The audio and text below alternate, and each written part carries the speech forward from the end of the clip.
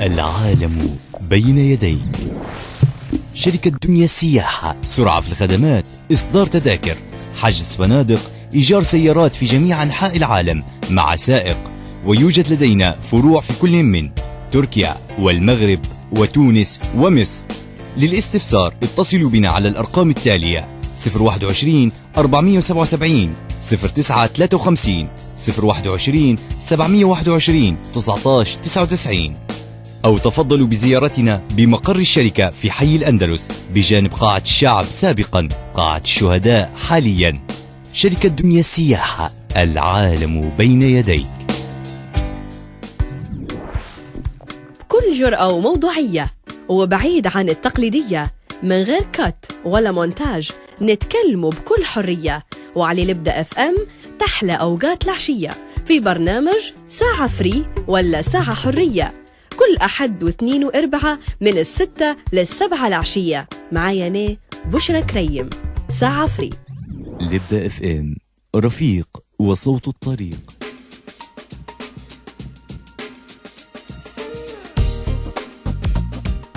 السلام عليكم ورحمة الله وبركاته، مستمعي لبدأ FM على الموجة 93.8. مرحبا بكم في حلقة جديدة من ساعة فري، هالموجة اللي راح تتغير إن شاء الله من بعد غدوة إلى 93.9. برضو نعودوا نكرروا السيارات الأمريكية ما تحبش الأرقام الزوجية. دائما وابدا نفتتحوا دائما بالله اكبر الله اكبر ولله الحمد. ان شاء الله يا رب الحلقه هي تكون بجد فيها نفع وفيها فشه خلق لموضوع اليوم. في احد الشباب يقولوا والله يا ريت تخلوها هيك تليفونات وبس. احنا والله ماذا بينا تكون تليفونات وبس، نستقبل اكبر عدد من المكالمات، ولكن احنا برضو يهمنا نحطوا ايدنا على كل مره على جرح معين يهم فئه من الناس اللي هي تعاني في مجالها. اليوم رح نتكلموا على اتحاد اطباء طرابلس، وقبل ما نعرفوا بضيفنا يا ريتكم تتواصلوا معنا عبر ارقام التليفونات 021 713 77 77 021 714 77 77، والاس ام اس تبعتوا برسالة مكتوب فيها ساعة، تخلوا سبيس وتكتبوا لنا رسالة تبوها وتبعتوها ل 72 37 72 37 لمشتركي المدار فقط. العديد يقولوا والله حق الرسالة غالي شوي. الله يلا غالب، يعني مش بإيدي أنا ولا بيد يعني حتى مخرج الحلقة. إن شاء الله يتاخذ الإدارة بعين الاعتبار هالموضوع. الحلقة اليوم راح تكون على اتحاد أطباء طرابلس. ضيف الحلقة رئيس اتحاد أطباء طرابلس الدكتور عادل عماد عماد المريمي. عماد من بداية الحلقة يقول لي أنت بشرى مش نجوى، نقول إن شاء الله عادل مش عماد، عماد مش عادل. دكتور عماد مرحبتين بيك، تاني مرة تكون فيها معي، بس اليوم ساعة على حسابك راح تكون، وياريت تكون الحلقة بكل شفافية وبكل وضوح، ونقدروا نمسوا وجع شريحة الأطباء في ليبيا وشنو يعانوا فيها وخصوصا في طرابلس. أول حاجة نشكركم على البرنامج القيم هدايا، البرنامج البنين. نبي نقول للمشاهدين الله أكبر الله أكبر ولله الحمد. لله الحمد. طبعا اتحاد أطباء طرابلس زي ما قلنا في حلقة سابقة أنه هي مؤسسة يعني غير حكومية، ما عندهاش علاقة بالحكومة. هي مجموعة دكاترة من مدينة طرابلس. الدكاترة هذوما طبعا شافوا أنهم هم يديروا موقع على النت في الفيسبوك. الموقع هدايا طبعا تفاجئوا الدكاترة أن الموقع هدايا لقى قبول مش عادي بكل. يعني تو حاليا أكثر من 5000 متردد على الصفحة. نبون نناقشوا عدة نقاط في الصفحة هدية. طبعا الدكاترة عندهم مشاكل في السابق، وتوا عندهم هلبة مشاكل كنا بنحصرها في ساعة ما تجيش طبعا، لكن بناخذوا أهم المشاكل اللي تواجه الدكتور الليبي اليوم. الدكتور الليبي طبعا في السابق كان دكتور مهمش، كان دكتور مسير.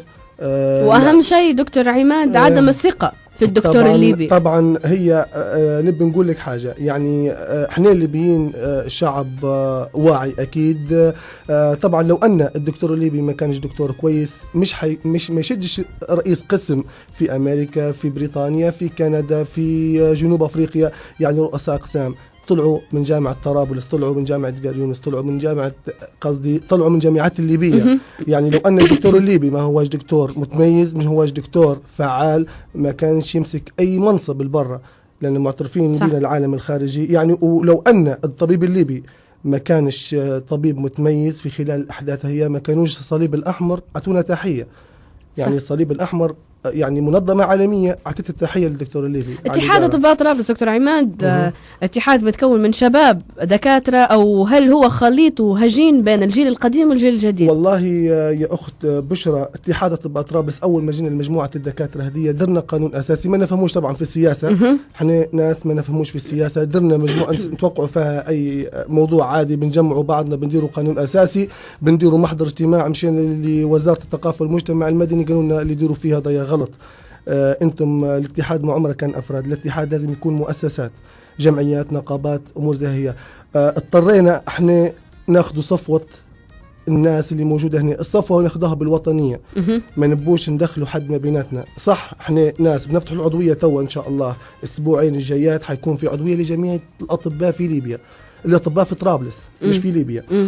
طبعا درنا 3 جمعيات زي ما قلنا المدة اللي فاتت. طيب اوكي، معيار الوطنية لما نقول، اما حضرتك تقول يا دكتور ان المعيار هو الوطنية لدخول الاتحاد، اتحاد أطباء طرابلس، وتوا تقول احنا بنفتحوا العضوية، معناها هنا المقاييس راح تتغير. نقول لك حاجة يا أخت بشرى باهي، احنا كان في فترة من الفترات وزي ما عانوا التوار الدكاترة من الشريحة الأولى من التوار، صح اللي عانوا. احنا توا في فترة من الفترات كنا نحتاج للإنسان الوطني اللي يخاف على ليبيا، صح. لكن توا في المرحلة الجديدة مرحلة البناء محتاجين للإنسان الكفؤ الوطني. شوفي لاحظي كلمة الكفاءة هذه، ما فيش مشكلة أن نجيب أي إنسان، لازم يكون كفؤ باهي، لكن أمتى تكون القاعدة متاعتها قاعدة نظيفة وسليمة مستحيل حيغلط الإنسان هذا باهي، لأنه حيخاف من القاعدة هذه باهي. اللي صاير توا، طبعا انا رئيس اتحاد اطباء طرابلس توا في الوقت الحاضر، توا في المرحله الجايه ان شاء الله باذن الله حنديروا انتخابات قويه وشفافه ديمقراطيه باهي. ولا الموضوع ما هوش منصب كويس، الموضوع ما هوش منصب، الموضوع اي انسان جي يرميه رئيس اتحاد اطباء طرابلس ما هوش فرد، ما نخدموش فراد. اتحاد اطباء طرابلس شنو يوفر حاليا للاطباء؟ والله توا في الوقت الحاضر يا أختي نخدموا للدولة توا، إلى لحظتنا توا ما شفناش لشريحتنا اللي هي شريحة الأطباء. حاربنا هلبة، وقفنا ضد وزارة الصحة، وقفنا ضد مجلس التخصصات، وقفنا نبوا نفعلوا النقابة متاعنا، وقفنا ضد النقابة العامة اللي كان ماسكها إبراهيم الشارع. شنو المشاكل بينكم انتم لما تقولي نوقف قدام وزارة الصحة ومجلس التخصصات؟ المفروض هذو يكونوا داعمين لاتحاد أطباء طرابلس لأن هم الجهة الأقوى، وانتم المفروض يدعموكم باش تكونوا يعني مؤسسه لها اهدافها ولها طموحاتها. اخت بشرى بالنسبه لوزاره الصحه وبالنسبه لمجلس التخصصات باي ولا يبانوا اقوى باي، لكن صدقيني ما يدعموش فينا، احنا ندعموا فيهم.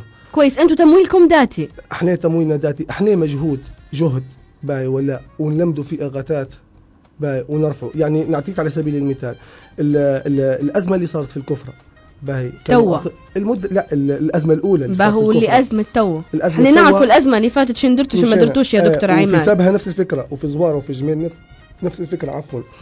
توا اللي صاير شنو هو، يعني احنا وقفنا لأن حسينا أن فيه إمكان محتاج لدكاترة، مشينا. أي نعم الصحة ما هياش بيرفكت، ما هياش قوية في ليبيا، وفي نفس الوقت ما نبوش ننسوا ان الطبيعه اللي موجوده توا والبيئه اللي موجوده توا والظروف اللي تمر بها ليبيا توا حتى ما هي سهله. كويس، حنرجع لهالموضوع دكتور عماد، نستقبلوا مع بعض اولى مكالمات ساعه فري الموضوع اللي على اتحاد اطباء طرابلس. من معي؟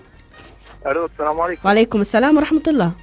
اهلا اخت بشرى، معك محمد خليفه. مرحبتين بك استاذ. اهلا وسهلا بك. بالله نبي نحكي للدكتور. نعم. عندي ولاد، انا قاعد راقد في المستشفى استاذ محمد، انت ابو سراج صح؟ ابو سراج، وتكلمت مرتين وامس تكلمت انقصت بي المكالمه. اي تفضل استاذ، يسمع فيك الدكتور عماد. تفضل يا اخوي. ان شاء الله. انا العيل هذا اليوم طلعوه من العنايه، حالته قاعده مستقره صحيح، وحكايته تعبه، ضروري من تحويل برا. الو معاك يا اخ ابو سراج. معاك اسمع، على اساس انه يديروا له التحويل، رفعت اسمع التقرير الطبي للجنه الطبيه في المستشفى الطبي طرابلس. ووافقوا عليه، لكن فيني قالوا لي مازال الدوله، احنا الدوله مش معروف شنو الدوله اللي تستقبل الحاله هذه. وعطلوا بيه العيل، والعيل تاع زين، ويا ريت نترجعكم انا تمشوا تشوفوه، لو تزوروه حتى زياره، يعني لو تزوروه تقولوا كيف. صادق ابو سراج، صادق. هو مشكلة أبو سراج يا دكتور عماد إن الولد، خليك معي أستاذ محمد، مشكلة سراج حاليا إنه هو اسمه طلع في الحالات اللي راح يسافروا لبرا، ولكن التعطيل وين؟ إن الجهة مازال ما راسلوهاش، والبلد مازال وحالة الولد مازال يعني خايفين إن هي تتدهور أكثر من هيك. يا أبو سراج أنا بنكون معاك واضح وصريح يا أخويا. باهي بالنسبة للمؤسسة متاعنا إحنا مؤسسة اتحاد أطباء طرابلس، ما تدخلناش لا من بعيد من قريب في لجنة التسفير للمرضى للخارج، لسبب واحد يا أخوي أبو سراج. باهي مش لأن نحن ما نحبوش الليبيين ولا ما نحبوهمش يتعالجوا في أحسن مكان، بالعكس احنا لقينا أن الكلام هذايا اللي صار في هيئة الجرحى كلام ما نبوش نمسخوا روحنا. زي ما أنت صاير لك يا أبو سراج صاير لي هلبة ليبيين، في ناس طلعت لبرا يا أبو سراج باهي ولا تغير في سنونها، تدير في عمليات تجميل، وأنت الإنسان المحتاج هنا الحقاني اللي يبي المعالجة الحقانية يرفعوا فيه ويجيبوا.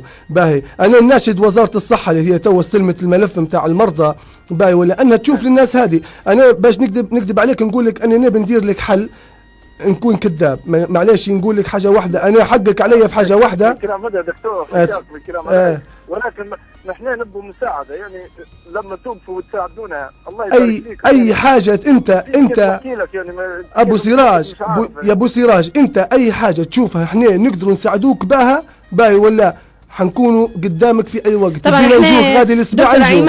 دكتور عماد احنا عندنا رقم ابو سراج، وهو بس طالب انه يتم تسريع عمليه، يعني ممكن حكايه الرد والاتصال والاجابه من المستشفيات اللي برا باش يتم تسفير ابنه، غدوة لان البيبي عمره 2 سنين. غدوه باذن الله أنا من غير تحتيم على ربي طبعا حنمشي لوزاره الصحه ونتلاقى انا وياك يا اخ ابو سراج ان شاء الله الصبح، وناخذ رقمك من الاستوديو. انا نعطيك رقمه. حنمشي انا وياك لوزاره الصحة، غادي لقسم الرقابة والتفتيش، شدينا ناس ما شاء الله تبارك الرحمن في وزارة الصحة، فيه ناس غادي تخدم الحقيقة ليل نهار كويسين.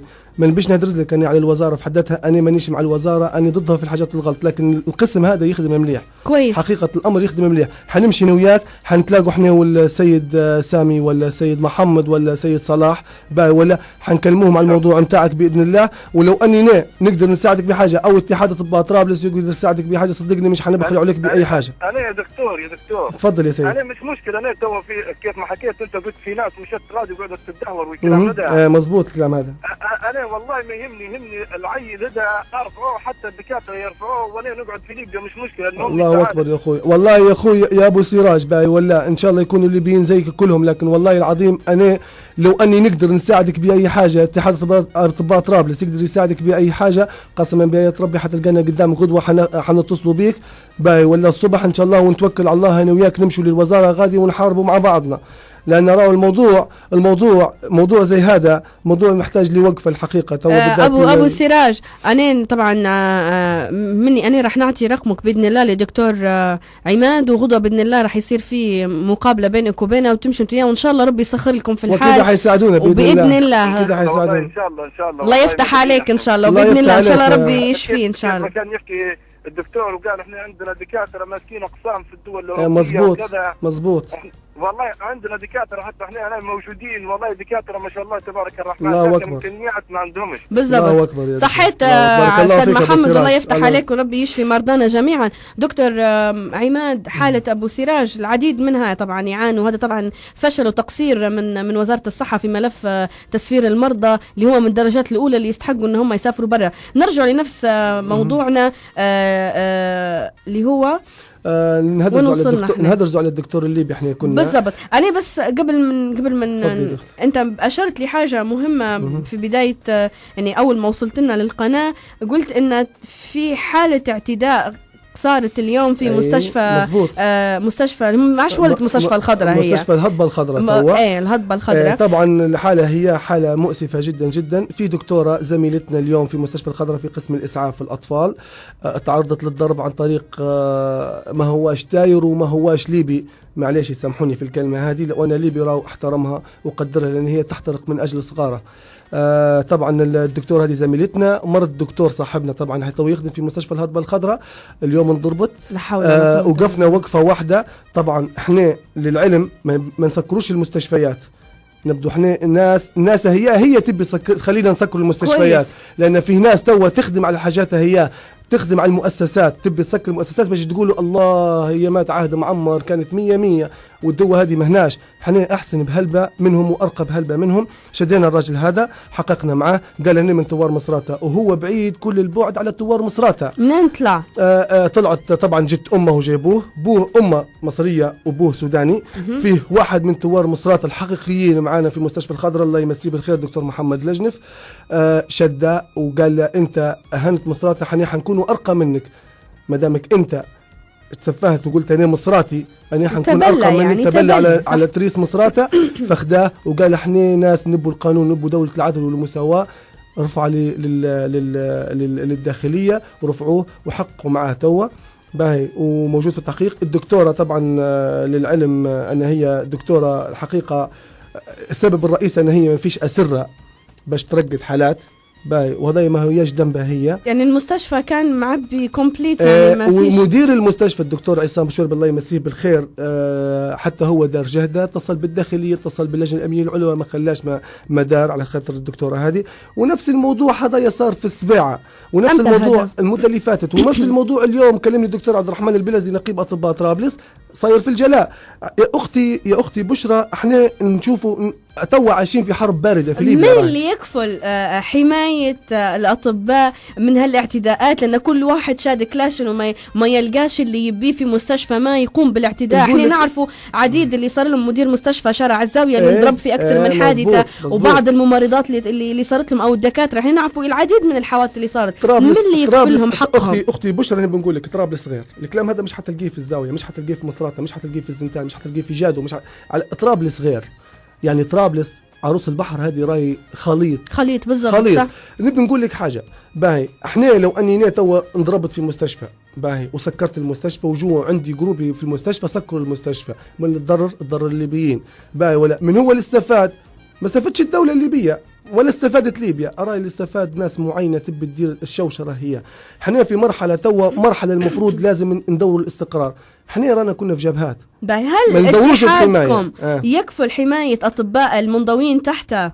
نقول لك حاجة أختي بشرى، نبدأ كذاب نقول لك أن اتحادنا يكفل الحماية. احنا مؤسسة مدنية باي، ولا ما عندناش سلاح، هذه رقم واحد. فيه دولة وفي سلاح وفي قانون، لكن تقدروا يعني بطريقة ما أو بأخرى بوسائل قانونية نقدروا أختي بشرى، مش ما نقدروش. الكلام هذا احنا هدرزنا مع نقابة أطباء طرابلس، ودرنا اجتماع المدة اللي فاتت، الاجتماع النقابي الأول لأطباء طرابلس، وهدرزنا في المواضيع هذه كلها باهي، ولا بالتعاون مع الداخلية إن شاء الله حنقدروا نسيطروا على المستشفيات. كويس. أنا نرجع نذكر بأرقام التليفونات 021 713 77 77 714 77 77، والاس ام اس تقدروا تبعتونا برساله مكتوب فيها ساعه، تخلوا سبيس وتكتبوا اللي تبوه، تبعتوه ل 72 3 7 وتراسلونا على صفحه القناه لبدا اف ام. دكتور عماد، بالنسبه لموضوع هيئه شؤون المحاربين،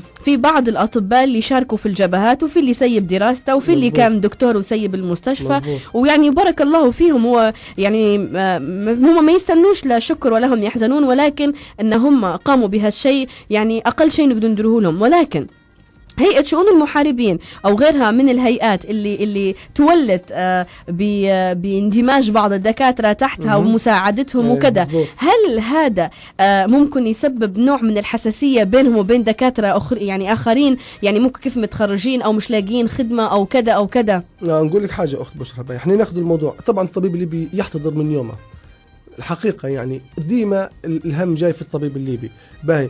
نقول لك على هيئة المحاربين، أنا باهي هيئة المحاربين هذه أنا واحد من الناس ما كنتش مقتنع بها بتاتا، لكن صدقيني عندك علم الهيئة الوحيدة اللي توا منظمة جدا صح. جدا وعندها داتابيز منظم وحقيقية. الحقيقة صح. أنا أعجبت بخدمتهم جدا. أنا واحد من الناس لعلمك ما كنتش مقتنع بها، قلت هذا رفاق القائد ورفاق قصدي فيه مواليد 69 واللي كانوا موجودين الحقيقة أنا نثنينهم على الخدمة اللي يخدموا فيها.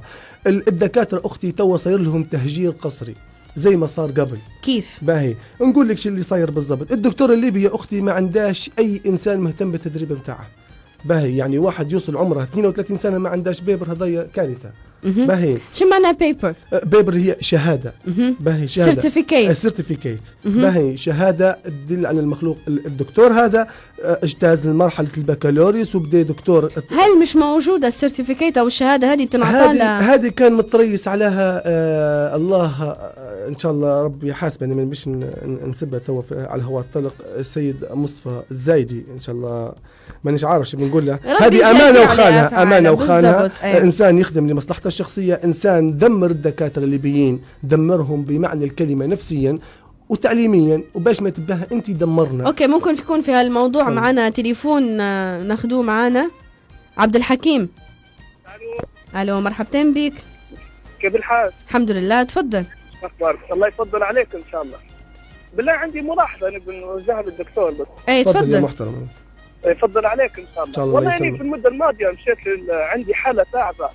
باهي عندي بيبي كان عمره باهي 27 يوم. باهي فكانت هيك الملاحظه ساعدنا شنو قالوا لي الشرقان بحليب ما بحليب ومش عارف شنو. فساعة الرجال بارك الله فيهم فاخذوني جلاء كويس والدكاتره ودوا ادوا واجبهم وداروا اللي عليهم واحد فاعطوني تحويل للطبي. فمشيت للطبي. من اول استقبال الطب كان سيء من الباب، عرفت من الدكاتره من الباب كان سيء، عرفت على طول فهمت. قلت لهم اني ممكن مش عارف لكن ممكن تشخصوا لي الحاله بس شوفوا لي حالتي شنو ولا حاجه.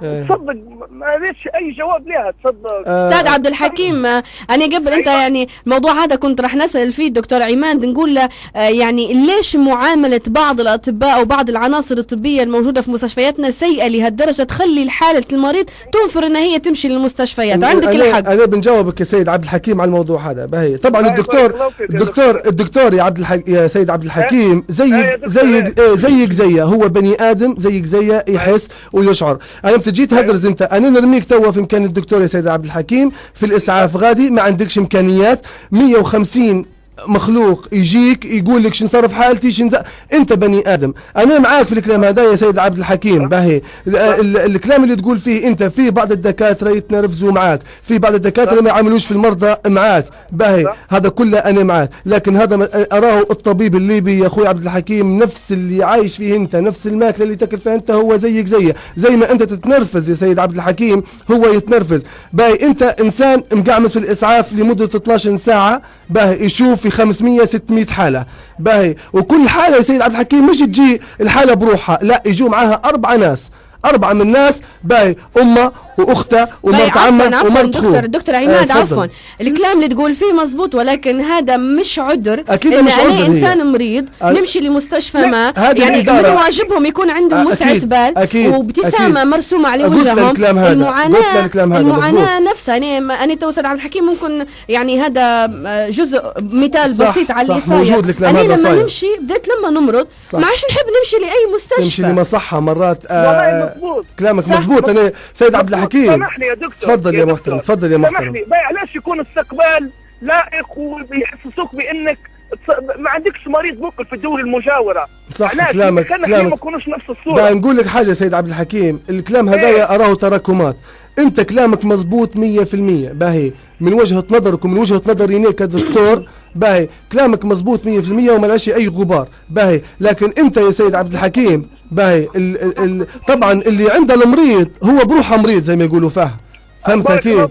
هو بروحه مريض. انا امتى يجيني مريض في الاسعاف باهي ولا المفروض نستقبله بضحكه نغير له جو نحاول زي بالكلام هذايا. هذا الكلام مزبوط. هذه فيه شابتر كامل او يعني اللي هو استاذ عبد الحكيم مش بنخلوكش تقعد على الخط يا ريت تكمل معنا الحلقه. الله يفتح عليك ويشفي مرضاك ان شاء الله. كلامك مزبوط. تسلم الله يفتح عليك ان شاء الله ويشفي مرضانا ومرضاك.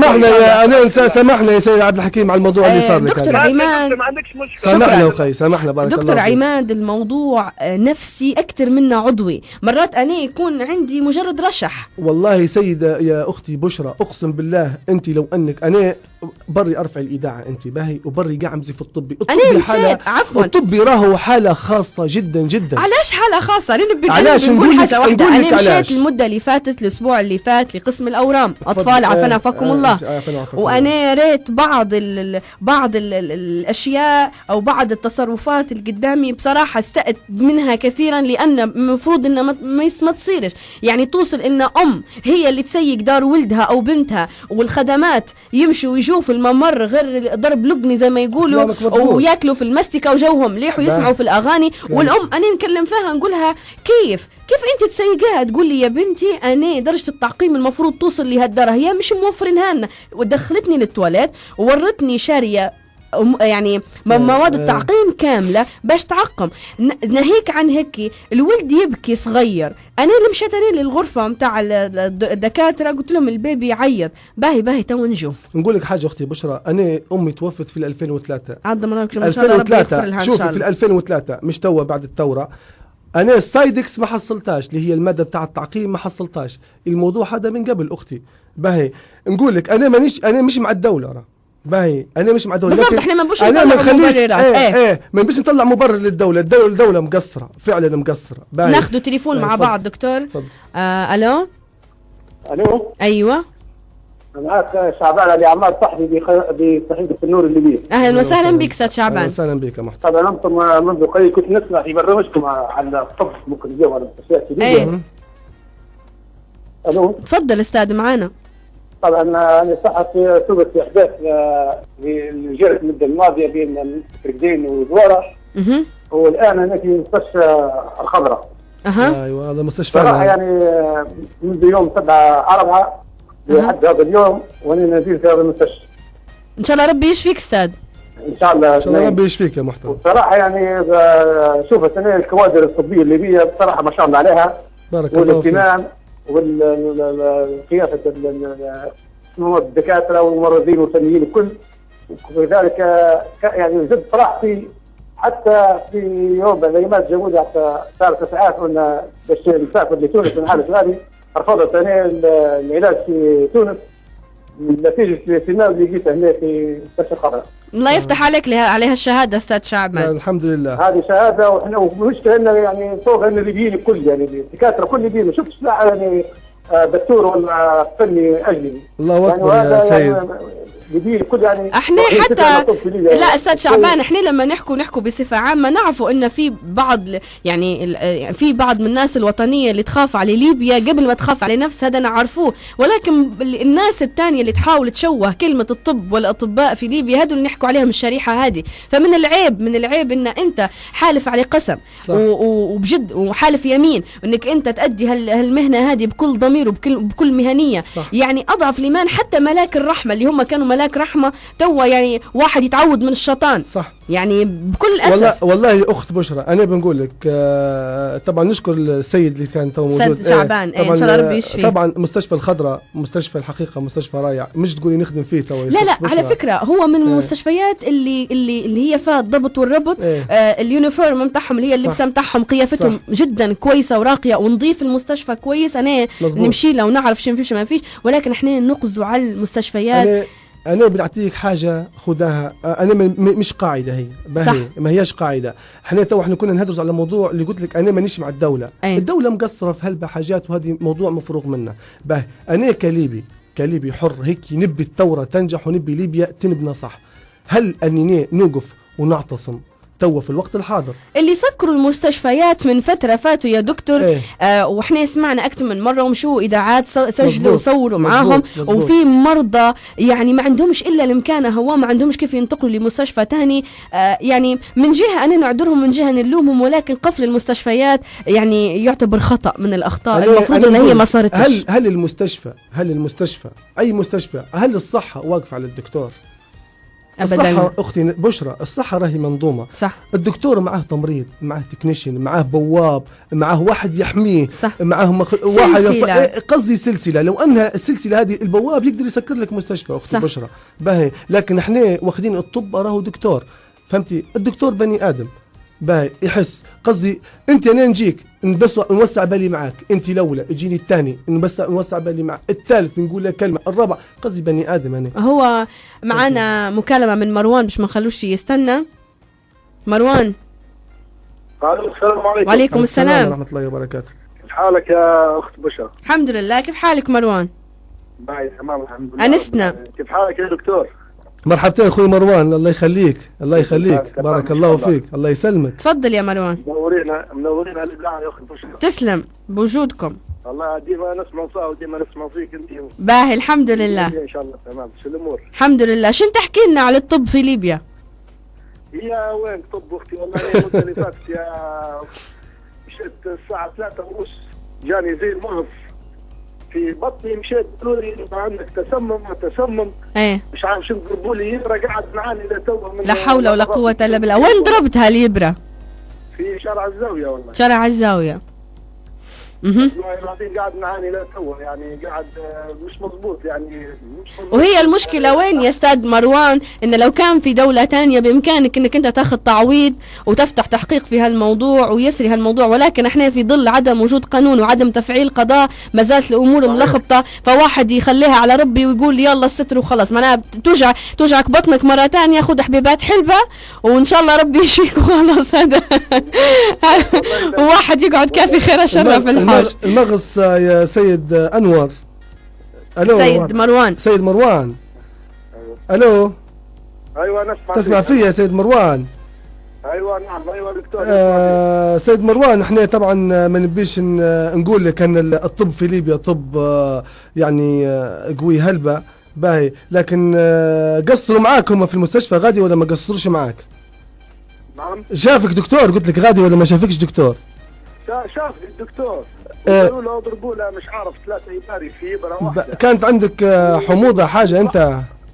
نعم. كانت عندك حموضة ولا كان عندك إسهال وترجيع؟ لا ما عنديش حتى يعني مغص في البطن بس. مغص في البطن. هي هذه بربي 3 إباري في إبرة، يعني هي قاعد يضربوا فيها وحتى أنا طول. هذه 3 إباري في إبرة. 3 إباري في إبرة هذه راي ما فيهاش مضرة. هذه إبرة تنحي في حمض الهيدروكلوريك من المعدة نتاعك، إبرة تنحي لك في الترجيع، تنحي لك الرغبة في الترجيع، وإبرة تنحي المغص، يعني ما همش الحاجة الكبيرة. وعفوا يا دكتور. تفضل يا سيد مروان. علي حتى كشف يعني ما كشفش علي حتى كشف. كلامك أنا معك كلامك مزبوط يا سيد مروان. الكلام هذايا طبعا هذه إسعاف باهي. الإسعاف يا سيد مروان احنا اللي فاهمينها، الكارثة الكبيرة مش في المستشفى، الكارثة الكبيرة أن المستوصفات متاعنا ما يخدموش. فهمتني؟ أنت المفروض لو أن توا في مكان تاني في العالم الثاني انت ما تجيش للمستشفى هذايا، مستشفى يعتبر اخر مرحله، انت تمشي للمستوصف اللي في جنبك باهي. لكن احنا ما عندناش الكلام هذا، ما عندناش التنظيم الاداري هذا. انت يجيك مغص تجيني غادي للاسعاف، الدكتور اللي بيشوف المريض القلب ومريض السكر اللي مرتفع له السكر واللي عنده جلطه واللي عنده كذا، قصدي بينهبي هو ولا بينهبك انت مرات ما يشوفوكش حتى تشوفان الدكتور. فهمت قصدي سيد مروان؟ يعني السبب الرئيسي في المستشفيات ان احنا فاهمين المستشفى كأنه مستوصف. الإسعاف الطوارئ يا سيد مروان أراه إسعاف حالات خطيرة، لكن المستوصفات هم اللي يشوفوا في الحالات هذه. أستاذ مروان الله يفتح عليك وشكرا، إن شاء الله ربي يشفيك إن شاء الله وما تتعاودش هالأخطاء إن شاء الله. نرجع لموضوعنا دكتور عيمان، إن الهيئة شؤون المحاربين لما خصصت مجموعة من المحاربين الأطباء اللي كانوا في الجبهات وتوا يعني في مرحلة المقابلات الخاصة وراح يتم على كل واحد حسب ما رغبته، ممكن يكمل دراسته في الخارج، ممكن تعيينه في أحد المستشفيات، يعني مانيش عارفة يعني بجد هل الموضوع يسبب حساسية بينه وبين باقي الأطباء اللي ما كانش ليهم دور في الجبهات أو لا؟ والله قبل حتى الدكاترة اللي طلعوا للجبهات هذوما ما كانش ليهم دور، كان يطلع فلان وعلان حتى قبل، قصدي كان يطلع ولد الزايدي، يطلع ولد فلان ولد علان اللي في الاتصالات اللي في اللجان الثورية، هذا كلهم كانوا يطلعوا باهي. لكن تو احنا ما نبوش الكلام هذا نديروه، الكلام هذا احنا نبو بالكفاءة، اللي عنده استطاعة أن يطلع بالدرجات متاعه واحد نستفيد منه ليبيا الله أكبر. وإحنا نقولوا إن هم باللي داروه يعني عندهم الحق إن هم ما تطلعيش من ليبيا يا أخت بشرى، ما تطلعيش من ليبيا. علاش ما تطلعيش من ليبيا؟ لأن الرجل هذايا اطلع على خاطر، ما طلعش على خاطر باش ياخذ إفاد أو ياخذ 4000 جنيه، وغيره يستنى لين فتره يعني. لا هذا يطلع على خاطر سبب واحد بس، ان ليبيا لتحرير ليبيا، لتحرير ليبيا، والدم الليبي استباح، وفيه واحد مقبور توا كان يقتل فينا، طلعنا وشفنا الدم بعيوننا، ويا ريته مقبور، احنا مش عارفين حتى مكانه. احنا الموضوع يعني يقولوا كلمه مقبور للي قبر، ولكن هو مش معروف اذا كان قبر او لا يعني. قالوا فيه يبرى ب 85 مليون يرجع. عندنا فاصل قصير ونرجعوا لاتحاد اطباء طرابلس، والعديد من المواضيع راح يتم مناقشتها في النص ساعه الجايه ان شاء الله. العالم بين يديك. شركة دنيا السياحة، سرعة في الخدمات، إصدار تذاكر، حجز فنادق، إيجار سيارات في جميع أنحاء العالم مع سائق. ويوجد لدينا فروع في كل من تركيا والمغرب وتونس ومصر. للاستفسار اتصلوا بنا على الأرقام التالية: 021 477 0953 021 721 19 99، أو تفضلوا بزيارتنا بمقر الشركة في حي الأندلس بجانب قاعة الشعب، سابقا قاعة الشهداء حاليا. شركة دنيا السياحة، العالم بين يديك.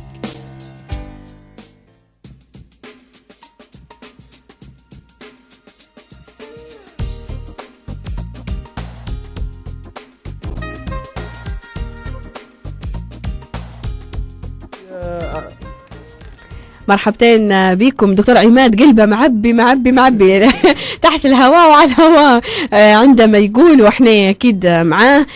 قبل ما نفتحوا المواضيع مع دكتور عماد المرمي رئيس اتحاد اطباء طرابلس، ناخذ مكالمه. الو. ايوه، السلام عليكم. وعليكم السلام ورحمه الله. السلام ورحمه الله وبركاته. اهلين، مني؟ معك احمد. اهلين احمد، كيف حالك؟ مرحبتين بك، نحب نهنئ وكون هنو الدكتور اللي معك. بارك الله فيك. بارك الله فيك يا احمد. تفضل يا احمد. ولا من كلمة استاذة بشرى بالنسبة للدكتور الليبي، عرفتي؟ ايه قصدي مقصر هلبة، عرفتي؟ في شنو مقصر؟ انا بصفتي انا خادم، عرفتي، في قطاع الصحة، وقصدي عايش لحظة في الواقع، عرفتي؟ ايه تلقيه مهمش العناصر الطبية الثانية مساعدة، عرفتي؟ زي؟ صح كلامه مضبوط. مين بيخدم هو الدكتور مني؟ قصدي بيخدم اللي بيخدموه العناصر الطبية المساعدة متاعها، عرفتي؟ ايه معناها اللي بان في الصورة الدكتور والباقي الجنود المجهولة ديما مطفيين بحدة، ديما مهمشين مثلا العناصر الثانية. الدكتور شو تلقيه يشيل على المنصب رئيس قسم، فهمتي؟ نظام الدكتور الليبي تلقيه هلبة مهزوز، عرفتي؟ تلقيه يشيل على مصالحه الشخصية وخلاص. هذا مش هنا بس يا احمد، الله يفتح عليك، وملحوطه في محلها على موضوع الدكتور عماد. انا نوافقه في نقطه وانا ضده في نقطه. طبعا السيد احمد باي انا نوافقه فعلا، فيهم بعض الدكاتره ربي ان شاء الله يسامحهم يعاملوا في العناصر الطبيه الثانيه اللي هي معامله الحقيقه سيئه نوعا ما. باهي طبعا الطبيب والممرض والتكنيشن هذول كلهم فريق واحد. الدكتور من غيرهم ما يقدرش يدير شيء. صح. في نفس الوقت العناصر الطبية المساعدة باهي ولا نبي نقول له أنه هو حتى هم طبعا الكواليفيكيشن أو القدرة متاعهم أو العناصر الطبية يطلعوا من معاهد متوسطة باهي، ما عندهمش القدرة أنهم هم يعني ما هماش قويين هلبة. صح فيه ما شاء الله، يعني أنا نهدرز لك على تو نخدم مثلا في العمليات، أنا طبيب تخدير باي ولا نهدرز لك على تكنيشن معاي باي ولا، يعني ما شاء الله تبارك الرحمن باي تبارك الرحمن. لكن كلامه مزبوط، لكن في نقطة نبي نقول عليها الثانية اللي هي مانيش موافقة فيها، الطبيب الليبي ما يدورش في مناصب باهي. لاحظ انت حتى قبل المناصب شدينها ناس معينة، لو انك انت ما خشيتش لجان ثورية مستحيل تشد منصب باهي، لان في بوابين ماسكين مناصب على دكاترة باهي. وتوا في الوقت الحاضر لو ان الطبيب الليبي يبي منصب يا سيد احمد باهي ولا، رانا توا ندوروا، رانا ركبنا الاسانسير زي ما ركبوا الناس الثانيه، ورانا توا وكلاء وزاره. صح. في معنا مكالمه. الو. السلام عليكم. وعليكم السلام ورحمه الله وبركاته. مني معي؟ نمس عليكم وبالله انا عندي كلمتين خفيفات. مساء الورد. عرفني بس عليك قبل. الله يخليك. كثرة مكالمات. الله يخليك. وانا بكري مستنى باش نعطوا على غير. سامحنا، من معاي؟ معاك الدكتور خالد بوزيان. دكتور خالد بوزيان، اهلا وسهلا. اهلا وسهلا بك دكتور. اهلا وسهلا بك. تفضل يا دكتور. بالله تتكلموا انتم على المستشفيات والمشاكل اللي تعاني منها. انا احد الناس اللي عانت منها لان والدتي توفت في شهر 2. الله يرحمها. الله يرحمها ان شاء الله. انا اقول لكم هو من الله عز وجل الاقدار والموت من الله عز وجل، لكن بصراحه كان السبب اهمال، ما فيش عنايه. ابسط الاشياء نقولها لكم، ان السرير نفسه اللي كانت عليه امي كان مكسر. لا حول ولا قوه الا بالله. الورشه نتاع الطبي قلت له نبي حد بنربط الواحد، مش قال لي شوف تل غاديك هاي. خذيتها ومشيت ركبت ربطتها بيدي. ما هو يعني ما تحيرش وقال مش نشوفها باش نديرها انا. هذه واحده. رقم 2 في يعني ممرضه مش نقول اسمها ولا نعرف حتى اسمها للحق. غاديك هاي في برج 3 الدور الثاني في الغدة الصماء. انا نبي من الدكتور اللي يعمل حضرتك يعني بجنبكم يمشي اليوم او غدوه يشوفها وانت تخدم، بس يشوفها هي المراه يقول هل هي اليجبل انها تخدم في المستشفى ولا لا. الشكل الاسلوب المنظر الكذا، اقسم بالله وامي في سكرات الموت طلبت منها اختي تجي معها، بس ما بين احنا طلعنا من الحياش وجينا نجروا، اقسم بالله طقينا احنا قبلها.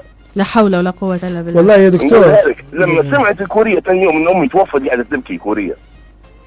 اللي ما عندهاش يعني ما تعبدش حتى في دين، ما فيش الله. صح. وهذه اللي محسوب علينا وتستمال وكذا، تستمال بس طبعا. ونلاقي والله سامحوني معلش لاني محروق منها للان. لا عندك الحق تدوي لي خاطرك فيه. ذاك النهار باي وسيله بيضربها ضي بحادث باي حاجه كانت حتموت. هذاك حد يومها صح. خلي فيها في رقبتها هي. صح. يعني علاش ما نديروش نظام الفيدباك؟ علاش ما نديروش نظام الفالويشن؟ يعني كل واحد اللي راقدين يكتب شو رايك في التمريض؟ صح. يعني شو يكتب يمل جنبه واحد ثاني. معلش يا دكتور خالد نظام الايفالويشن موجود توا في طرابلس، يعني نحكوا على موضوع يعني طرابلس خصيصا، يعني لان نحن عايشين فيها. الايفالويشن ما تلقاش الا في الكافيتريات والمقاهي الجديده، يعطوك ورقه شني مستوى خدمات الكافيه هذه، مستوى النظافه كذا. والحق يعني اللي امس مادينها لي في كافيه جديده انا مستغربه ان مستشفى زي هذه ما فيهاش ايفالويشن سواء من اللي يخدموا فيها. يعني والله عيب. معقوله ناس تخش وتموت وتطلع وتولد وما تندرش عليهم شنو يبوا شنو يبوا. صح. يا دكتور خالد معلش نقطع عليك والله العظيم المصيبه والمعاناه ان امي قعدت عندي في بريطانيا 6 شهور تعالج غاديكاي وعاش مش تعالج كلها ظهرت اقسم بالله لاني دايباتك امي كان يجيها من يبصلها في ضوافر رجليها في الحوش. ماهيش تكون الكوين غاديكاي ولا لنا علاقه بهم بكل، لكن هي كانت محسوبه بني ادم خليفة الله على الأرض هدية. لا هنا عندهم يعافوا ما يتحملوش الدم وكذا وبلا بلا بلا وكأن ما لهمش أي اختصاص. صح. بيتلي يربط لي كريولة بس أنا مشيت ربطها. صح. معظم وهي أمي ماتت ومشيت دار حق، لكن هذا كله بيتحاسب. هذا اللي في اليخت المرتبة اللي قاعد في الورشة وهذه اللي كانت تصنف فينا واللي كذا كله مش هذا كله بسبب أمي ماتت، لكن هذا كانوا أسباب. صح. ما تقوليش ان احنا كل شيء نخلوه على الله عز وجل ومقادير، حتى تتحرك عاوني. صح. دكتور خالد انا معلش نقول لك كلمه. بالله عليكم نبوه العزيز اللي ما تعرفش تقرا فيه جنبها حد اكيد قاعد شو اسمه يقولوا له هذا اللي قاعد جنبها راقد المرافق. دكتور حبينا النموذج ان شاء الله خفيف ان شاء الله بالصوره شنو الماكله وصلت فكرتك دكتور وعندك الحق. صح. والله يفتح عليكم بارك الله فيكم. تعينوا في دوله كامله آلاف فصل المستشفى منظومة كانت تمشي غلط في غلط يا دكتور. وضع دكاترة دكتور خالد. يعني يهمني الأمر هذا اللي يغضوا كل مرضى دكتور خالد ندور إني يربط لي كريولة حتى نبتل. صح. دكتور خالد بنسألك كيف كانت معاملة الدكاترة غادي لأمك الله يرحمها إن شاء الله. الدكاترة نكذب عليك إن أمي كانت يعني في المستشفى كانت ما عطلتش.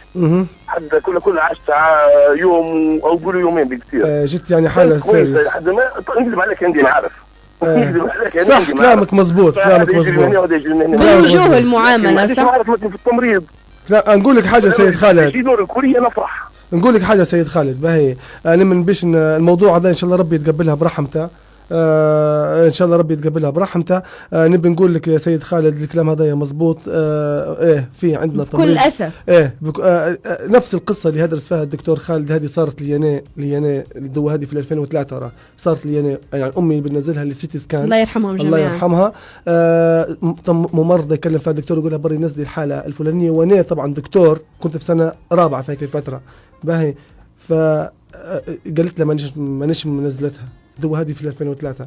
فما بالك احنا توا احنا عارفين تجاوزات وعارفين عارفين ان في فساد اداري وفساد اخلاقي صح. في المستشفيات. صح. يعني ديما نقول فيها في كل مره دكتور عماد اللي ما عندهاش ضميره واسع من قلبه من داخل انه باش يخدم، يعني اضعف الإيمان تكسب فيها اجر انت والله في النهايه. والله يعني اقسم بايات الله يا اختي بشرى باهي الكلام هو التمريض بصفه عامه باهي التمريض بصفه عامه في ليبيا صح مقصرين معاهم وكل شيء، لكن صدقيني اختي اقسم بالله العظيم معظمهم يبوا ياخذوا معاش. بس احنا بنتكلموا على موضوع التخصصات الطبيه بعد المكالمه هذه.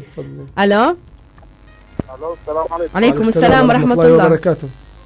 مساء الخير. مساء النور. مني معي؟ عبد الحميد سنيرة معكم. اهلا وسهلا بك استاذ عبد الحميد. حي الدكتور. مرحبتين يا اخوي عبد الحميد، نهارك سعيد مبارك ان شاء الله.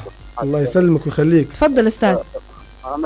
انا طبعا مجال الطب مانيش متخصص فيه، ولكن لاحظت هيك حتى في الحلقه ان فيه ملام كبير منكم على الدكاتره بالتحديد يعني.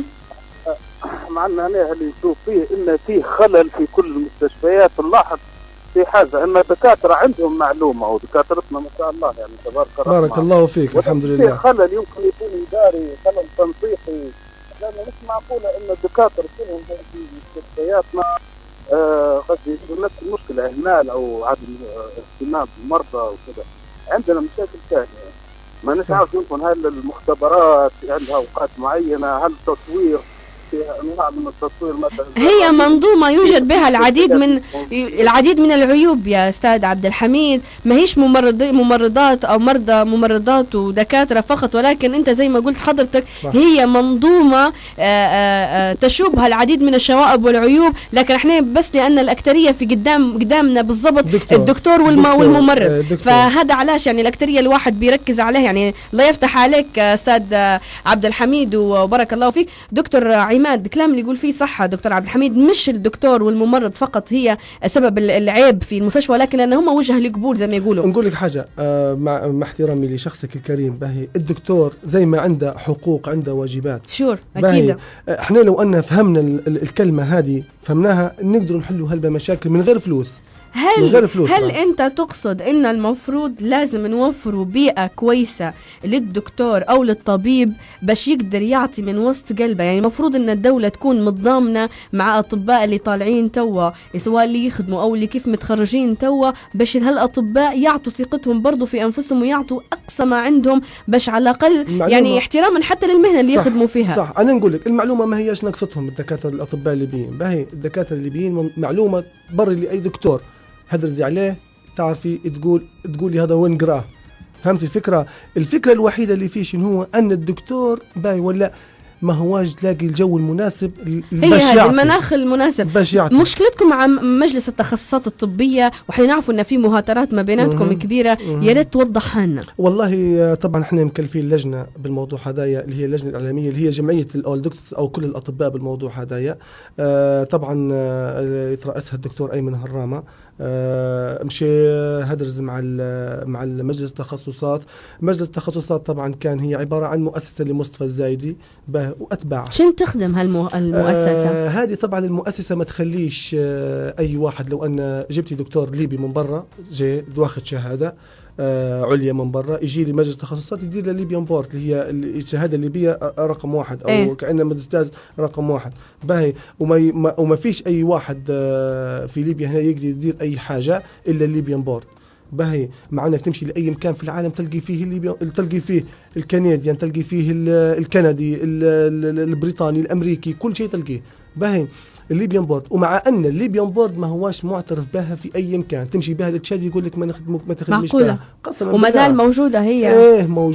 موجوده اي نعم قويه، من الصعب انك تنجحي فيها، مش لصعوبه المنهج. طيب اوكي، لكن تو احنا نعرفوا ان مصطفى الزايدي في خبر كان مصطفى الزايدي، ولكن تو من اللي شادها الكارثه الكبيره احنا اللي مانيش فاهمينها باي. ولا مصطفى الزايدي مخلي فكر او مخلي ناس معاه كانوا يخدموا معاه. هل هم مازال موجودين في مجلس التخصصات الطبية؟ هذا مضايقنا احنا طبعا. تو هذه مهمتنا احنا، يعني احنا واحدة من اهداف متاعنا باي ولا مش حرب على الاخصائيين، لا حاشا وكلا، هذو اساتذتنا وعلى راسنا من فوق كويس. لكن في ناس عفوا في ناس معينه اخصائيين معينين باي ولا الزم بيتك لو سمحت، معلش ما نبيكش تعلمني، انت كنت في وقت من الاوقات مقعمس في مجلس التخصصات وما علمتنيش، معلش قعمس. في ناس احسن. اي بالضبط. نعطيك امثله، في دكتور رفاع مطير، دكتور حسين الرجباني، نسمي لك دكتور فيصل بن طالب، اللي هدرسك فيهم هذو اخصائيين شباب، يعني الناس هي مش تبي تدرب دكاتره، تبي تبني دكتور. واللي كانوا في مجلس تخصصات طبية والله من كانوا مقعمزين في المكاتب اختي، ما هماش قادرين يغيروا قانون اساسي متاع المجلس اختي. كيف اللي هو يقول لازم تكون في اللجان الثوريه، لازم تكون في كذا، لازم تكون في كذا. هل موجود هالبند ومازال ما تنحاش؟ حتى في نقابه اطباء طرابلس ونقابه النقابه العامه موجود الكلام هذا. كويس، انا رح نرجع لهالموضوع. معنا مكالمه. الو مرحبتين. مرحبا. اهلا وسهلا. اهلين، مني؟ فرج خمالي معك. اهلا وسهلا استاذ فرج، تفضل. اهلا بك. تفضل استاذ. والله بالنسبه للموضوع موضوع مهم جدا لكل ليبي.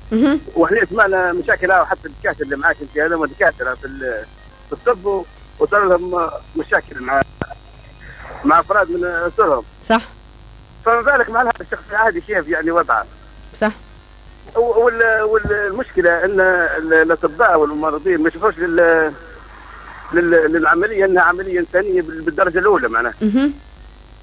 والحكومه والمجلس مثلا توا ما عاد ندوى على اللي فات. المفروض انهم يوفروا كل مستلزمات الدكتور. هذا المفروض، انت بروحك قلتها. لا مش المفروض، يعني بالغصب عليهم، يعني هي توا وخلاص، يعني ما عادش فيه كلام من ما المشكله من بيسمع باش يعطونا امكانيات للدكاتره ولا امكانيات للممرضين. يا استاذ فرج، يا استاذ فرج، احنا العمل هو دماغه مستريح، ما عادش يبدا يفكر لا فيه انه هو بيمشي يشتغل شغل ثاني ولا هو بيدير حاجه ثانيه. استاذ فرج، يبقى كلامنا كله تمني، نحن نتمنى، نحن كذا، يعني المفروض ان حد يسمعنا. الدكاتره ياخذوا زمام المبادره، يعني مش انهم هم يجوا يتكلموا يقولوا احنا والله ما عندناش امكانيات، ما عندناش مش عارف شنو. نطلعوا طابور خامس يا اخوي احمد، يا اخوي فرج، نطلعوا بعدين طابور خامس لو ان تكلمنا راه. نطلعوا طابور خامس واحنا لا ما تطلعش طابور خامس. ما نقول لك حاجه، الكلام هذا احنا درناه يا سيد فرج باهي، احنا ما نسكتين على حقنا راهو. نقول لك حاجه، احنا ما ناش طالبين فلوس يا سيد فرج، احنا ما ناش طالبين شيء. تعرف شنو طالبين؟ يعني شنو ما فيش فلوس؟ تعرف شنو طالبين؟ يريح دماغ الانسان. نقول لك شنو طالبين؟ طالبين حاجه واحده، طالبين الماديه تكون كويسه بالدرجه الاولى يعني. ما عادش تكلموا بقى هذه، ما عادش تقولوها، ما عادش تقولوا ما عادش تبوا فلوس يا راجل. باهي نقول لك احنا نبوا احنا انا كطبيب ولا زملائي الاطباء نبوا حاجه واحده، نبوا نرتقوا بمستوانا العلمي، نبوا الناس تحترمنا لاننا احنا متعلمين، مش بتحترمنا لان احنا دكاتره. بالمعامله الطيبه منكم انتم. المعامله الطيبه يا سيد فرج، اليوم قلت لك دكتوره انضربت في مستشفى الهضبه الخضراء، انضربت ضربها واحد من المواطنين. علاش ضربها؟ لان ما فيش سرير في المستشفى. هل الدكتوره هي تتحمل مسؤوليه السرير يا سيد فرج؟ يضربها واحد؟ معقوله؟ معقوله يا سيد فرج انت تمد ايدك على دكتور مثلا؟ موجوده متوفر الحاجات هذه. باهي كيف انا تبيني نعامل مثلا واحد يجيني مريض فصل الاسعاف يجيني معاه 15 واحد، كيف تبيني نعامله؟ استاذ فرج الله يفتح عليك. دكتور عماد، انت حضرتك رديت يعني عليه استاذ فرج. مشكله التخصصات الطبيه وين وصلتوا بها لحد تو في الوقت الحاضر اختي؟ طبعا التخصصات الطبيه في حاجه اسمها الارب بورد والليبيان بورد، اللي هي الزماله العربيه والزماله الليبيه. الزماله الليبيه هذه موضوع لازم يعاد النظر فيه بأي منطق. هذا أحد طلباتكم كاتحاد أطباء طرابلس. ضروري يعاد النظر فيه. لازم نديروا حاجة اسمها جوب ديسكريبشن. لازم أنا طبيب نعرف شنو ندير. أنا مهمتي مثلا المكان هذا، خلاص هذه مهمتي. الأخصائي يجي مش نخدم خدمة أخصائي باي ولا ونعامل معاملة طبيب ثالث، هذا حرام. صح. والأخصائي يرقد في الحوش يكلم فيا بالتليفون. أين دور النقابة؟ مش في نقابة؟ فيه نقابة موجودة باي ولا النقابة في الوقت الحاضر لازم تتفاعل حتى هي. باي شن دورها معاكم؟ هل قمتوا بمراسلتها؟ اجتمعتوا بيهم؟ احنا سلاح النقابة أختي نجوى للعلم، هذه معلومة نقولها لك. أختي بشرى سوري سامحيني أنا غلطت قبلك.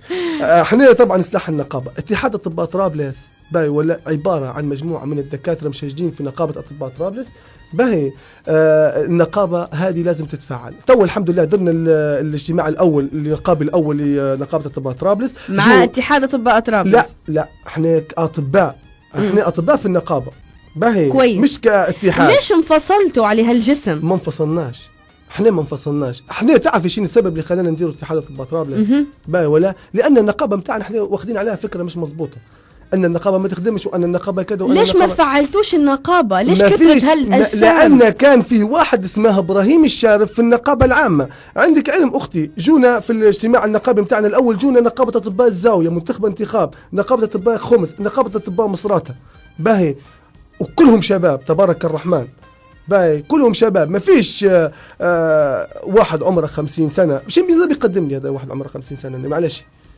هذا المفروض يقعمز يرتاح. باين نقابة مش لازم المفروض انه يكون فيها انتخابات برضو من اول وجديد وكتصويتات وكذا. انتخابات اختي، احنا اول ناس انتخبوا في طرابلس نقابة اطباء. كويس. لعلمك في كلية الطب في المدرج اللي موجود في كلية الطب. كويس. ناخذوا هالمكالمة هذه مش ما خلوش الناس تستنى. الو. السلام عليكم. وعليكم السلام ورحمة الله. مساء الخير استاذ بشرى. مساء النور. مني معي؟ معك اكرم يوسف. اهلا وسهلا استاذ اكرم، تفضل. دكتور بسري، حتى انا خريج جامعة الفتح جامعة طرابلس طبعا. ايه بقول حاجة واحدة بس، ملاحظتين سامحيني. تفضل. الملاحظة الأول، العيب مش في الدكاترة، العيب في إدارة المستشفيات. زي مشكلة الدكتور اللي حكى عليها الدكتور تو اللي انضربت في مستشفى الخضراء. وين إدارة المستشفى من المريض هذا اللي يضرب الدكتور؟ ما هو اتكلم وقال ان المستشفى ادارتها قامت بالواجب واكثر مع الدكتورة. اخويا راهو ادارة المستشفى لعلمك والله راسلة الداخلية، ويعني الموضوع التم علاش؟ لان فيه ثوار من مصراتة غادي وقالوا هذا مش لينا ورفعناه احنا للداخلية وتو يحققوا معاه في التحقيق.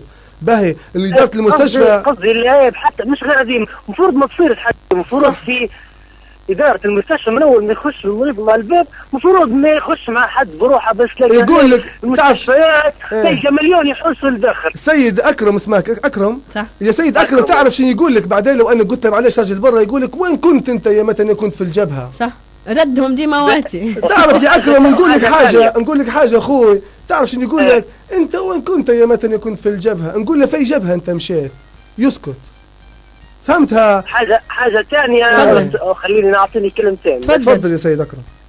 الدكتورة فاطمة حمروش وزيرة الصحة، اليوم اللي فات سمعنا أنها بتجيب قصدي متعاقدة مع طواقم من تونس بمرتب 2500 دولار. علاش ما تسويش مرتبات الدكاترة الليبيين بهم؟ هذا موضوع طبعا معلش نجاوب عليه. قصدي انت مش تحكي، هي تقول بتوفر لهم. هو الدكتور الليبي مشكلته حتى مش لاقي المردود المادي باش يخدم بنية. والله تو احنا قعدنا مش كل الدكاترة يخدم بإنسانية، راهو ضروري بتعطيهم مردود مادي. قداش بيتحمل إنسانية حتى هو إنسان في الأخير. الله يفتح عليك أكرم، وصلت معلومتك. ملاحظة أخرى، تفضل على السريع أكرم، تفضل على السريع. أنا كنت طبعا في جبهة البراقة مع أخوتنا في بنغازي من بداية الأحداث. غادي دكتور مسعف معاهم ومش متعين، لكن متعين في وزارة الداخلية. باهي ناخذ مرتب من وزارة الداخلية، معناها الدولة تعطي فيها مرتب.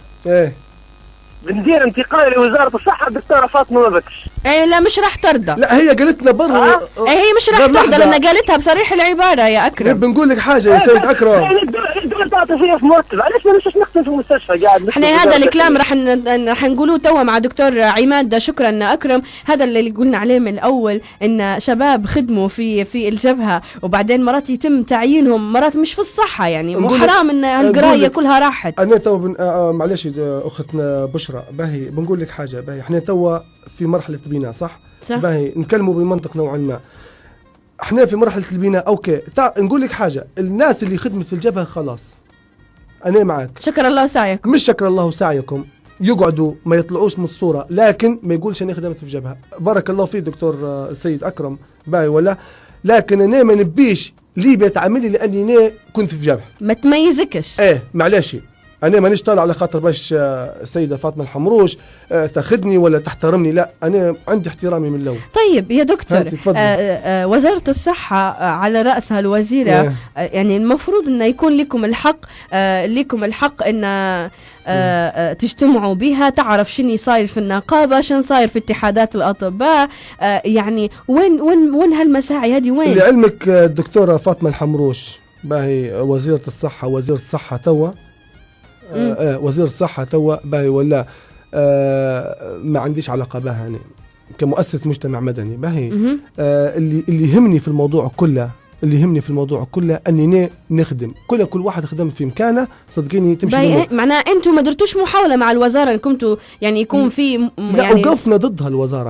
احنا من الناس الاولى اللي وقفت ضد الوزاره باهي، لكن توا في الوقت الحاضر الوزاره يعني بهالسوء هذا ان كل قراراتها كانت سيئه يا دكتور. والله اختي باهي فيه قرارات كانت جيده جدا كويس، لكن هم ما عندهمش اعلام، سامحيني باهي في هلبة حاجات درا كويس. لعلمك وزاره الصحه خدمت احسن من وزاره الدفاع في مشكله سبها وفي مشكله الكفر ومشكله الزوار. كويس، ناخذوا اخر مكالمه معانا. الو، وعليكم السلام ورحمه الله. اولا نهنيكم على ولاد هذه الاذاعه الراقيه والاذاعه الفتيه وهذا البرنامج الوطني والراقي من حيث التقديم والاستقبال. الله يفتح عليك. مني معي؟ شكرا. معك فريال من طرابلس. اهلا وسهلا بك فريال، تفضلي. انا بالله بنقول لك حاجه قبل ما نتكلم شويه على الطب اللي في بلادنا توا. نقول لك للاسف شديد احنا قعدنا في البرامج نفضفضوا بدون حلول صراحه. نتمنى يا مسؤولين عند الفضفضه هي تديروها لنا يكون في صدى، جو حد يكون في ان شاء الله رد منهم. صح باهي. الو، اي معك فريال. ايه عندك الحق. صح. بالنسبه للطب انا والله تو اليوم انا كنت في الطبي او في قسم العيادات في الجهاز التنفسي بيحاولوني الاسعاف، انا رفضت. علاش رفضت؟ بيحاولوني الاسعاف لانني عندي الازمه لازم نبي ناخذ الاكسجين. ربي يشفيك ان شاء الله. الله يفتح عليك وشكرا بارك الله فيك. المهم اني رفضت، قلت لا كبيلي علاج وخلاص، رغم ان العلاج ما فيش نهائيا في الصيدليه، نوقفوا بالكداس زحمه، ولما وصلت في دوري ما الدواء ما فيش بكل، ما فيش صو حتى بنادول مش موجود.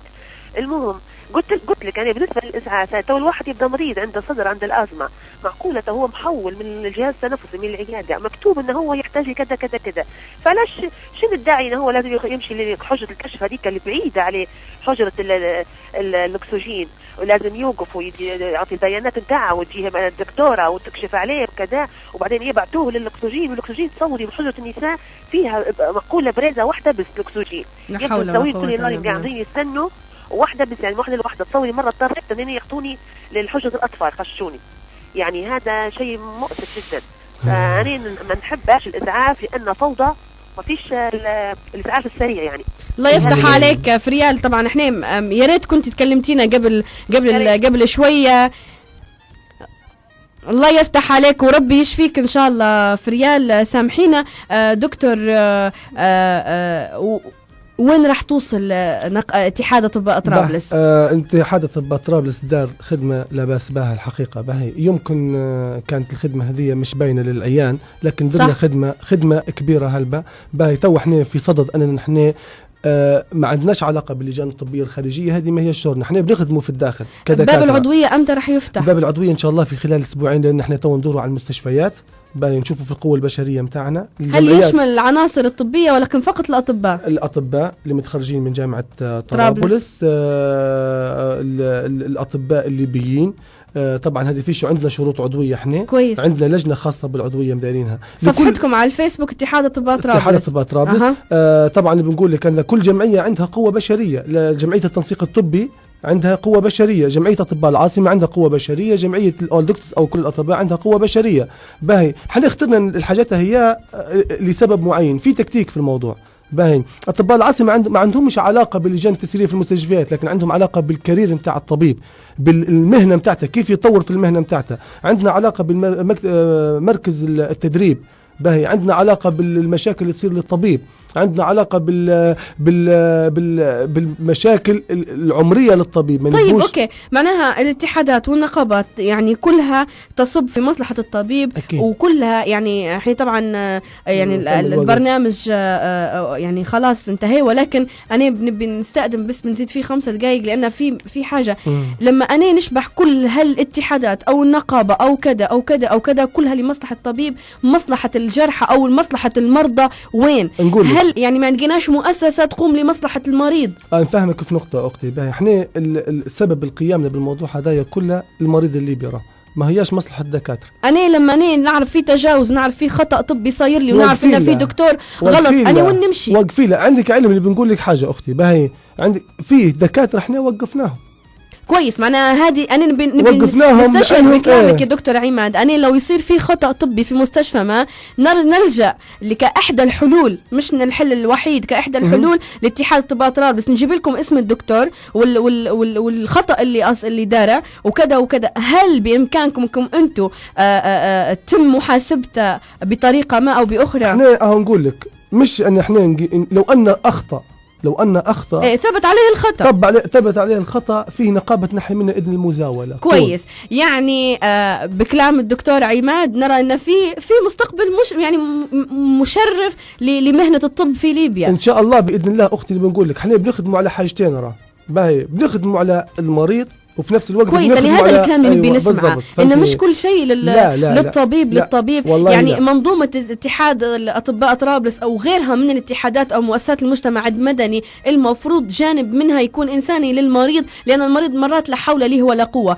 مشكلة الكفرة لحد الآن كانوا يكتبوا إن هم ناقصين مساعدات طبية وناقصين أطباء. هل بإمكانكم أنكم أنتم تتدخلوا في موضوع لما لكمش علاقة بالموضوع؟ من غير ما تفكري يا أختي. كويس. هذه من غير ما تفكري. هذا اليوم المشكلة اللي صايرة في الكفرة، الله المستعان طبعا معهم. من غير ما تفكري باهي. احنا تو مدارين موضوع جنين هلبة، احنا نشوفوا للجنوب اختي، ما نشوفوش لاسطنبول واليونان. كويس. نشوفوا للجنوب. احنا تو مدارين دورات ان شاء الله، مش دورات اللي هي القوافل الطبية بتنظيم اتحاد الطب طرابلس. بنطلعوا أفرقة طبية متكونة من جميع التخصصات باهي، ولا عن طريق وزارة الصحة، عن طريق وزارة، المهم نطلعوا بنمشوا للناس هذيك لسبب إنساني باهي، ومش بالبلاش. معلش باش نكون واضح في الكلام. هو كويس. لأن الفكرة هذه مليحة. يعني أنا ناخذ 1000 جنيه مثلا في مستشفى الهضبة الخضراء باهي، ولا ناخذ 5% من معاشي بناخذه في مستشفى مثلا تراغن يوميا، ناخذ 50 جنيه يعني 1500 جنيه غادي و1000 جنيه هنا. كويس. دكتور عماد المريمي رئيس اتحاد أطباء طرابلس، كلمة أخيرة. والله أنا بنقول أن إن شاء الله الأطباء الليبيين اللي قاعدين في الداخل هذول أطباء راهم زي ما هم ليبيين، أنتم ليبيين حاسين بيكم، حسوا بيهم، لازم توقفوا معاهم زي ما واقفين معاكم هم. ما نبوش أي حاجة تفرق ما بيناتنا وإن شاء الله ربي بعد المرض على كل حد باهي. وإن شاء الله يا أخت بشرى نتلاقوا في برامج تانية إن شاء الله. أكيد. دكتور عماد رئيس اتحاد طباء طرابلس، مشكور جدا على وجودك اليوم وعلى هالمعلومات، وإن شاء الله كل مشاكل الطبيب الليبي تنحل، وإن شاء الله ترجع الثقة بيننا وبين الطبيب الليبي، وكافينا ما نطلعوا برا على خاطر زكمة تلقاني طول يعني أول طيارة طالعة البرة. الله المستعان. احنا نتمنى أن بجديات تهدى حال البلاد، وخصوصا في الكفرة اللي لا يعني نارها شاعلة اليوم. الله المستعان. يعني بجد إن شاء الله ربي معاهم. يعني صور جدا مرعبة اليوم جاية من غادي، مش معروف الحال هذا أمتى يتم. الله المستعان في كل شيء، وإن شاء الله يا رب يهدي هالبلاد ويخلي الناس الوطنية هي اللي في الصفوف الأمامية، وبإذن الله حالها بإذن الله ماشي القدام. تحياتي الموجودين في الاستوديو قدامي، بيش نقول مني ربي يحفظكم إن شاء الله. الله أكبر الله أكبر لله الحمد. وبإذن الله حلقة جديدة راح نكون معاكم بإذن الله يوم الأربعاء. علامة خيرك مستعجل أنت بتقطع علي. كنت اسمع وعبد الحميد ومسعود، الله يفتح عليكم. تحياتي أنا بشرى كريم، من اللقاء.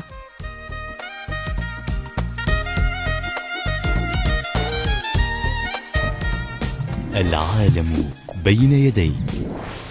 شركة دنيا السياحة، سرعة في الخدمات، إصدار تذاكر، حجز فنادق، إيجار سيارات في جميع أنحاء العالم مع سائق. ويوجد لدينا فروع في كل من تركيا والمغرب وتونس ومصر.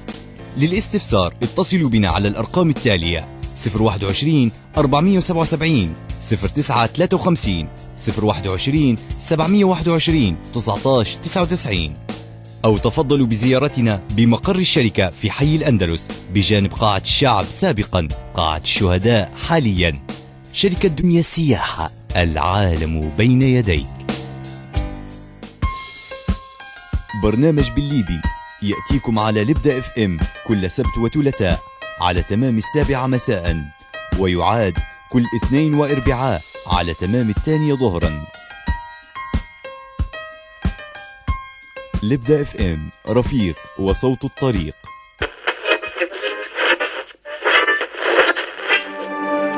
تبي تعرف معلومات أكثر عن فناني الساحة العالمية؟ من ممثلك المفضل وكيف بدت مسيرته الفنية؟ لما تشغل التي في تحتار بين المسلسلات التلفزيونية؟ ولا تبي تعرف مواصفات أحدث الأجهزة الإلكترونية؟ هذا كله حيكون برنامج سي في. سيرة ذاتية كاملة للمغنيين، ممثلين، مسلسلات، أجهزة إلكترونية وأحدث ألعاب الفيديو، استضافة فنانين، توب 10 أفلام، أغاني، وآخر أخبار المشاهير.